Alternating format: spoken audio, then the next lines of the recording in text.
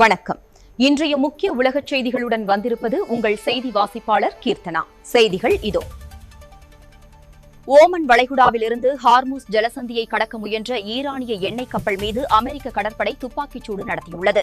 அமெரிக்க போர் விமானங்களுக்கு வான்வெளியை பயன்படுத்த சசாரேபியா அனுமதி மறுத்ததாலேயே ப்ராஜெக்ட் ஃப்ரீடம் திட்டம் நிறுத்தப்பட்டதாக தகவல் வெளியாகியுள்ளது. போரை முடிவுக்கு கொண்டுவர அமெரிக்கா அளித்துள்ள 14 அம்ச சமாதான திட்டத்தை ஈரான் அரசு தற்போது தீவிரமாக பரிசீலித்து வருகிறது. உக்ரைன் அரசு அறிவித்த ஒருதலைப்பட்சமான போர் நிறுத்தத்தை மீறி ரஷ்ய ராணுவம் நடத்திய ஏவுகணை தாக்குதலில் 21 பொதுமக்கள் பரிதாபமாக உயிரிழந்தனர். மொசாம்பிக் நாட்டில் இஸ்லாமிய அரசு தீவிரவாதிகளுக்கும் ராணுவத்திற்கும் இடையே நடந்த கடும் துப்பாக்கிச் சண்டையில் 7 ராணுவ வீரர்கள் பரிதாபமாக பலியாகினர். ஆப்பிரிக்கா மற்றும் பிரான்ஸ் நாடுகளுக்கு இடையிலான புதிய கண்டுபிடிப்புகள் குறித்த சர்வதேச உச்சிமாநாடு கென்யாவின் நைரோபி நகரில் நடைபெறவுள்ளதாக அறிவிக்கப்பட்டுள்ளது. ஈரானுடனான போர் நிறுத்த நம்பிக்கையால் சர்வதேச சந்தையில் கச்சா எண்ணெய் விலை $106 கணிசமாக குறைந்துள்ளதாக அறிவிக்கப்படுகிறது. 147 பயணிகளுடன் சென்று கொண்டிருந்த சொகுசு கப்பல் தற்போது கேனரி தீவுகளை நோக்கி திருப்பிவிடப்பட்டுள்ளதாக அறிவிக்கப்பட்டுள்ளது. இதுடன் உலகச் செய்திகள் நிறைவடைந்தன. அடுத்த உலகச் செய்திகள் நாளை காலை. நன்றி, வணக்கம்.